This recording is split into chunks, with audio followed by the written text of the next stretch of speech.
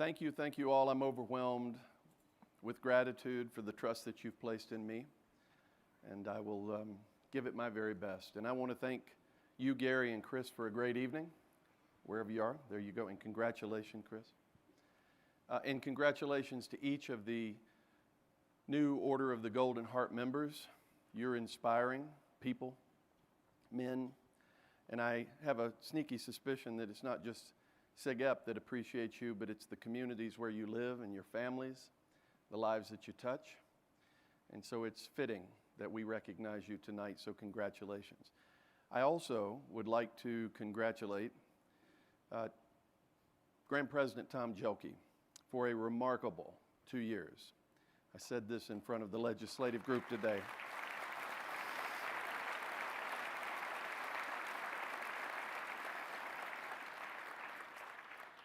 The last 2 years can only be described as Crazyville.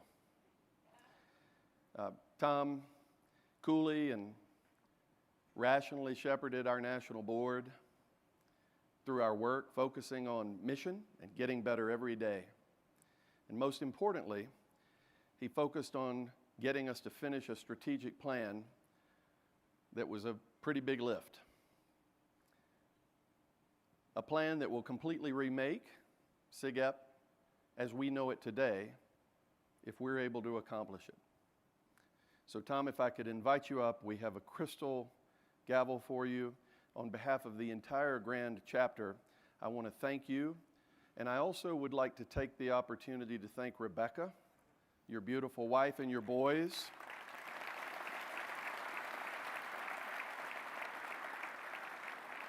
Thank you, Rebecca, for lending us your husband, and thank your boys for lending us their daddy for 2 years. He's been terrific, and we are forever in your debt. Thank you, Billy. You're welcome.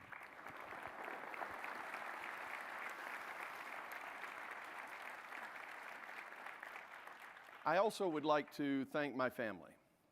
My husband Brooks is here tonight. Our 3 boys, Jed, Jordan, and Jack, have been with me all week. And you know, for years they've tolerated my SIGEP habit. They've encouraged me to continue. And if you want to know why, I think it's because they see how important SIGEP can be, and they also know that it makes me really happy to be able to do this with you. None of them have had an opportunity to be in a fraternity. But by now, I suspect they all feel like honorary members of SIGEP.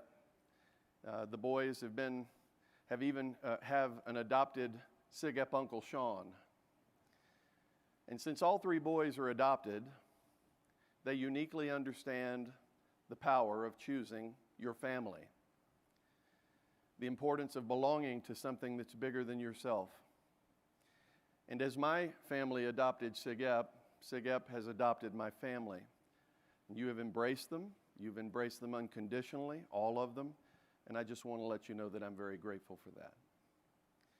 You know, for kids who are adopted in the middle of their childhood, which our children were, keeping track of your often chaotic early life is an important thing to do. And so each of our kids has a scrapbook, we call it a life book, where we keep paperwork and pictures from their past and pictures from their present. And they're divided into 2 sections. It's life before adoption and life after adoption. At the beginning of the post-adoption section, I took the opportunity to inscribe the phrase, "Ad incipit novum vitam," and it means a new life begins. And while most of us don't have life books in this room, we do have moments in our life where we realize that something has happened to us where nothing will ever be the same. And time is divided into 2 parts, before this and after this. And I've had several of those moments in my life, and one of them is most assuredly when I joined Sigma Phi Epsilon. Now, my communication style is to be a storyteller. I love a good story, so I'm going to tell you some stories tonight. And I want to use as a starting point for the next 2 years. And as we sometimes say in the South, I'd like the opportunity to speak to you freely. In the fall of 1985, I walked onto the campus at North Carolina State University, like many of you pretty clueless. Clueless about who I was, clueless about what I was going to do, clueless about where I was headed. When I joined the NC Beta chapter, I had no idea what I was getting myself into. What I did realize, pretty much from the very beginning, that I walked in the door, I realized that I was the slowest, dumbest, least attractive guy there. And I was completely okay with that, because I instinctively knew that I would get better by upping my game, surrounded by men who were better than me in almost every way. And boy, was I right. We were a family of 150 certified badasses. We were Jews and Muslims and Christians. We were black, we were white, and we were Asian. We were Hispanic, American, Pakistani, and Swedish, and gay and straight. What I couldn't have known is that what I was also joining was a true brotherhood, a group of diverse men who, for whatever reason, loved and supported each other. And yes, we even kicked each other's butts when it was necessary.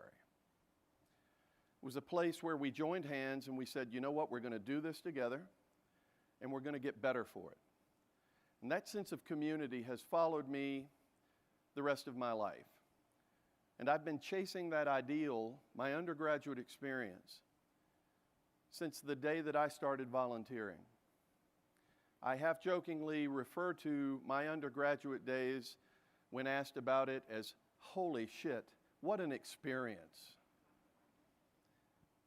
And I always ask the same question to undergraduates today when framed from my own experience. Is this everything that you wanted and hoped that it would be? Because we all deserve a holy shit experience. So back to the story. Some of us were close to our Catholic priest on campus, Father Joe McNamara. And we were looking for some kind of community service project that would set us apart from the other fraternities on campus. And he suggested that we collect shoes, men's shoes, from all around campus, and then that we should donate them to the incarcerated men at Central Prison, which is North Carolina's maximum security facility containing our death row, located only a couple of miles from our campus. So a few of us developed a plan, and we were able to collect hundreds of shoes. And Father Joe told us that he would need to schedule a time when we could go and give the men their shoes, which I'm pretty sure came as a shock to all of us because we kind of thought we were done.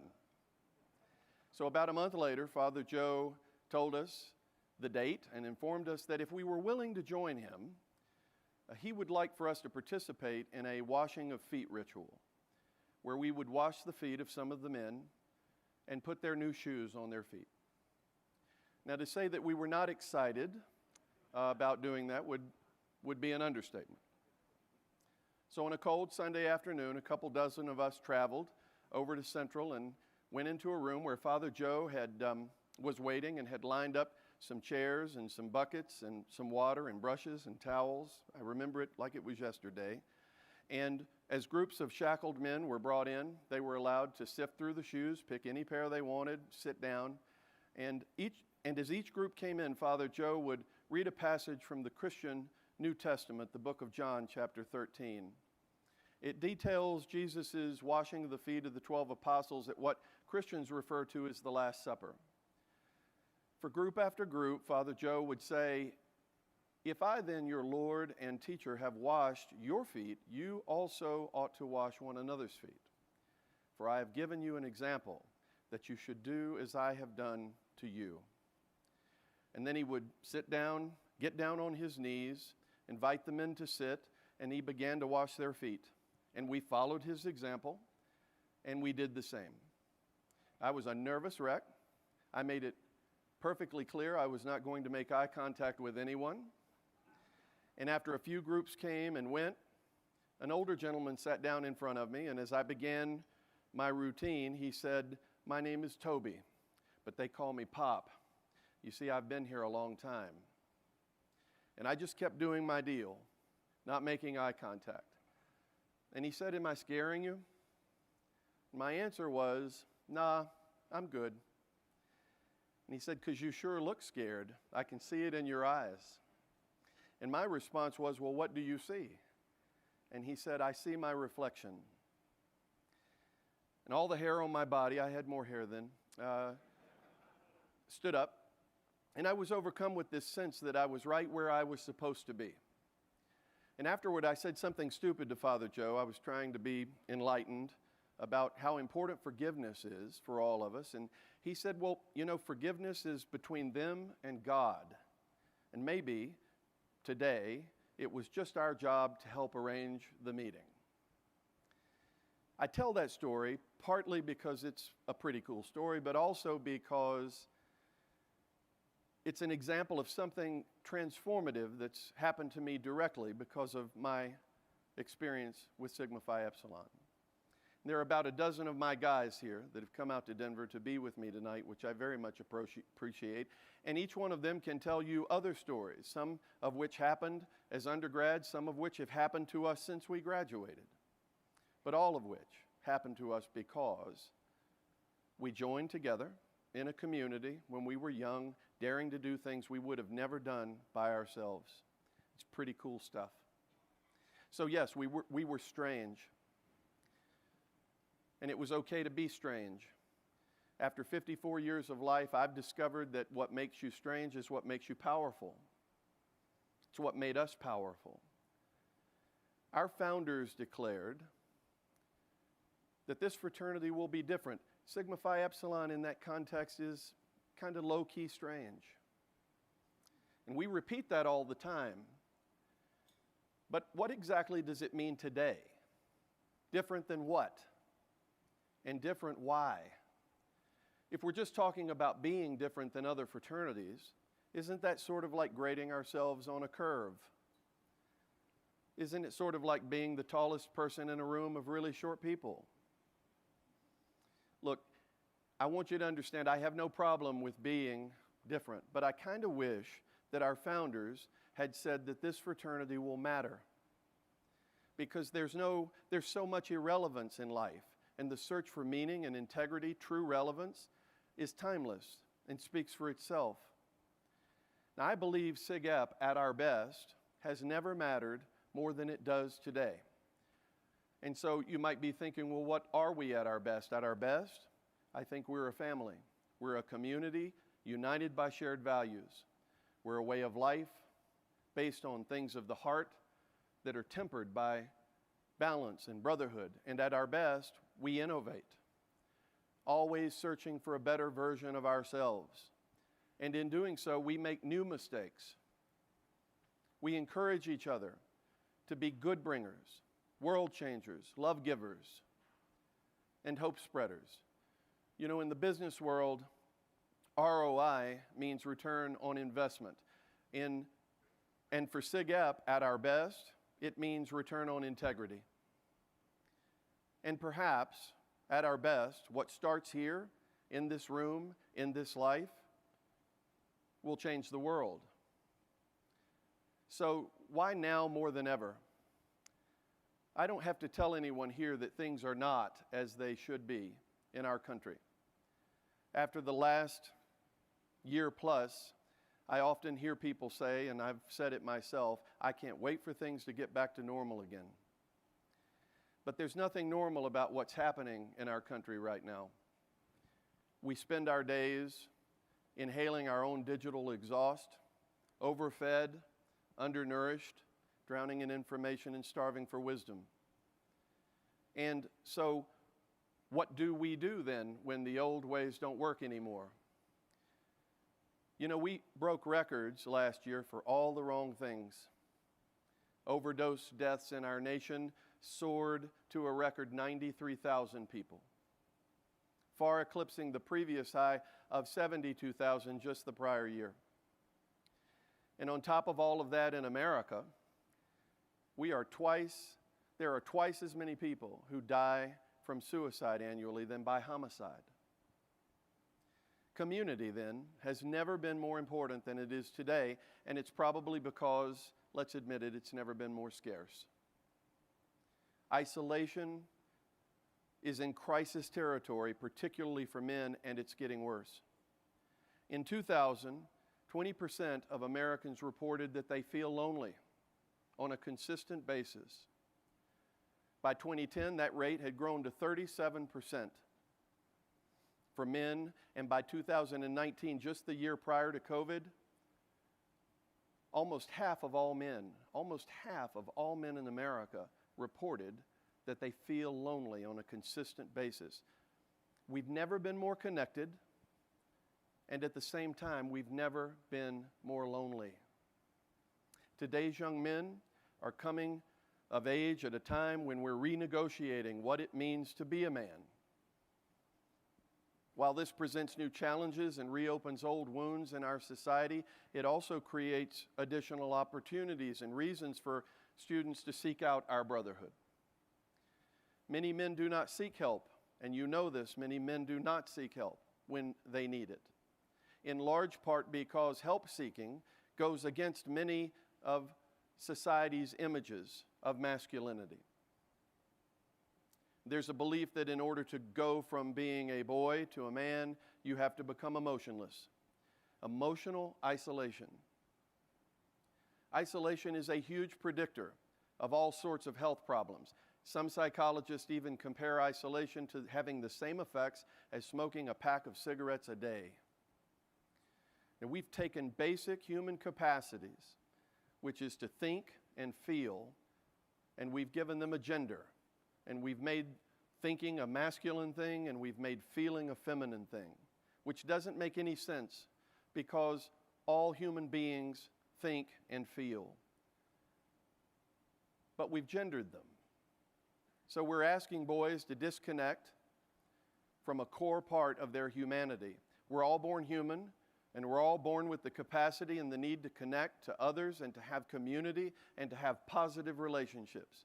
And then we raise our boys in American culture to disconnect from that need and to pretend that they don't have it, to pretend that they're not emotional, to basically fake it, to fake that they're not fully human. Men have enormous capacities. Men in this room are examples of enormous capacities to connect to our feelings. And we're better than to do it inside the brotherhood that we call Sigma Phi Epsilon. Where men experience community and believe in the power of we and the power of us. Men who aren't afraid to jump higher, think bigger, try more, be more, all because they know they don't have to do it alone. And a place where men can love and know that they are loved. No, brothers, nothing is normal here. Our nation cries out in need for an organization like SIGEP to get it right. Now more than ever, America needs brotherly love.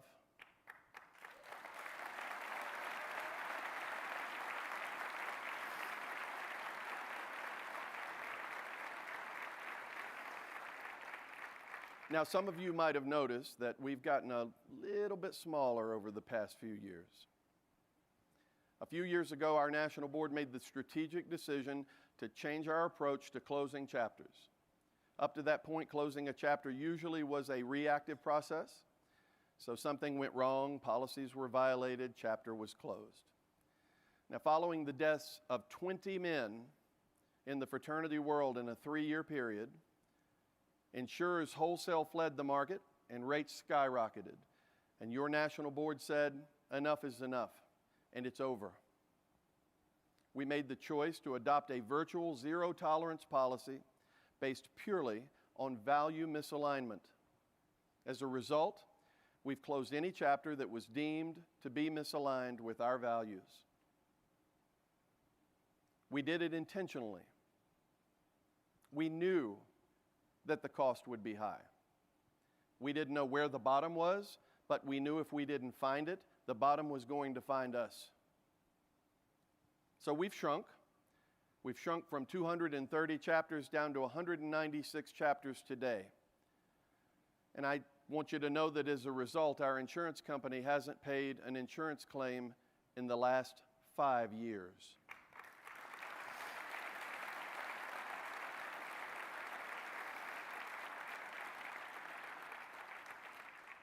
Is that a coincidence? Yeah, see, I don't think so. SIGEP is a what you make out of it gig. I think we can agree on that.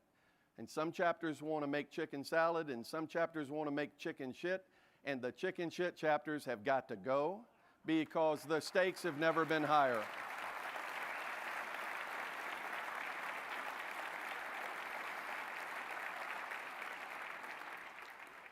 So now it's time to grow. SIGEP is about to go on a growth spurt. Starting this year, we're preparing to open 5 chapters per year at institutions and only at institutions of higher learning that want us there and support our vision of what a real fraternity looks like. Our mojo this week and for the next 2 years is now more than ever. You know, our ritual says in part, what are we but a mist, here for a moment and then gone? And that time is the very essence of our life. As the grains of sand slip through the hourglass, so pass the precious moments, and once gone, they and their opportunities are beyond recall. Okay, so one more story. In preparation for Conclave, my chapter brother and dear friend Keith Thompson and his wife Becky were planning to travel to Denver with us and share a suite this week. We were very excited, but he was more excited about all of this than I was, which tells you everything you need to know about Keith. We made all kinds of plans. We were loaded for bear. We were ready to go. And then on Father's Day weekend a few weeks ago, Keith and his son Daryl, who's also a SIGEP and who's with us tonight, went on a canoe trip with some dear friends. And Keith had a massive heart attack, and he died. And just like that, I speak for all of us, he's gone. And so it got me thinking a little bit about our ritual again. All of this, everything in here, all of this is so temporary. It's a little overwhelming to think about it, but we're all going to die. And everything that we love is going to die. Hell, our solar system is dying. Everything around us is dying just as we are. And you see, the dinosaurs didn't know that they were going to become extinct, but the difference is we do. And someday SIGEP will die. It will cease to exist. I have no idea when. I have no idea how. Will we commit suicide because we're stuck on stupid? Or will we be murdered by circumstances beyond our control? No clue. And in some ways, it's irrelevant. What matters is now. What we are doing now to remain relevant, to take care of the people, the places, and the things that we love and value. That is all that matters. And I know some of you in this room are thinking, wow, this dude's very depressing. And my answer is absolutely not. It's great news. It is great news. And if Keith could speak to us, I think he would say, it is great news. When we are initiated, we all said we believe that life has a meaning and a purpose. That meaning and purpose are clearly defined by the brevity of this life. Just as with sports, we're in the game of life, we're all on the clock. It is the very essence of life, and it's the only reason that any of this matters, because it's here and now, and it's ours to do with what we will. And it's coming to an end sooner than any of us anticipate. So if we're waiting around for anything, we're wasting the most precious resource we have. You know, the ancient Greeks, they wisely had two different concepts for time. They had chronos and they had kairos. Chronos, which translates to literal time on a clicking clock. And then there's kairos, which speaks to time in a qualitative sense, with spiritual implications and a sense of significance, as in, I had a good time, or it's time to tell the truth. The intersection of chronos and kairos is now. The only time that chronos and kairos intersect is here and now. And that's why now suggests to us in a visceral way a crucialness and an urgency. Folks, in our new strategic plan, there's some big boy stuff. And at this moment, we don't have the money to pay for it. We need to raise some adult money to pay for it. But if we achieve even half of it, we will have redefined Sigma Phi Epsilon as we know it. And you know what? Maybe even enough that every undergraduate brother will graduate and exclaim, holy shit, what an experience. And that plan, that roadmap that we're talking about, gets us closer to that than we've ever been before. And waiting, it's just not an option. Because let's admit it, the status quo, it sucks. And it leaves far too many of us yearning for more. We've got to let go of the fraternity as it was and as it is, and we have to embrace a fraternity as it could be. And if anyone asks themselves if your experience is everything that you wanted it to be, and your answer is no, then now is the time to start doing something about it. The best version of ourselves, rooted in values, limited only by our imagination. Our young men on college campuses across the nation need the lived redeeming values of virtue, diligence, and brotherly love, and they need it now.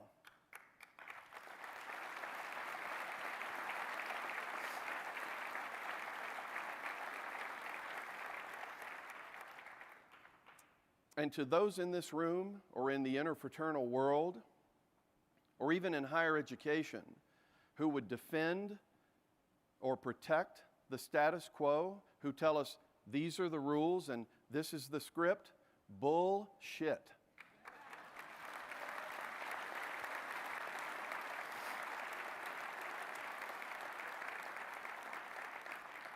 Because brothers, nothing is inevitable in Sigma Phi Epsilon.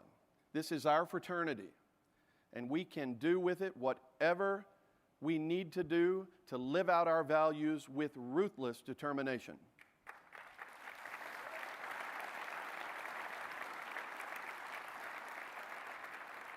And so, brothers, humbly, and with your support, I will lead your very talented national board for the next 2 years. We are at the intersection. I assure you, we are at the intersection of Chronos and Kairos now. Now we will start to grow again. Now our relevance will be determined by our influence and integrity and not by our social status.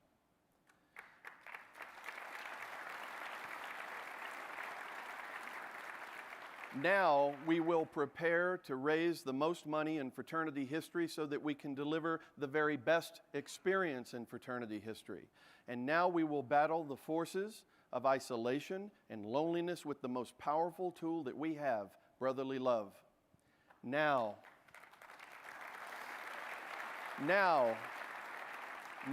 at incipit novum vitam, a new life begins. And now, brothers, now more than ever, this fraternity, it will matter because it has to matter. My brothers, it is a great day to be a Sig Ep.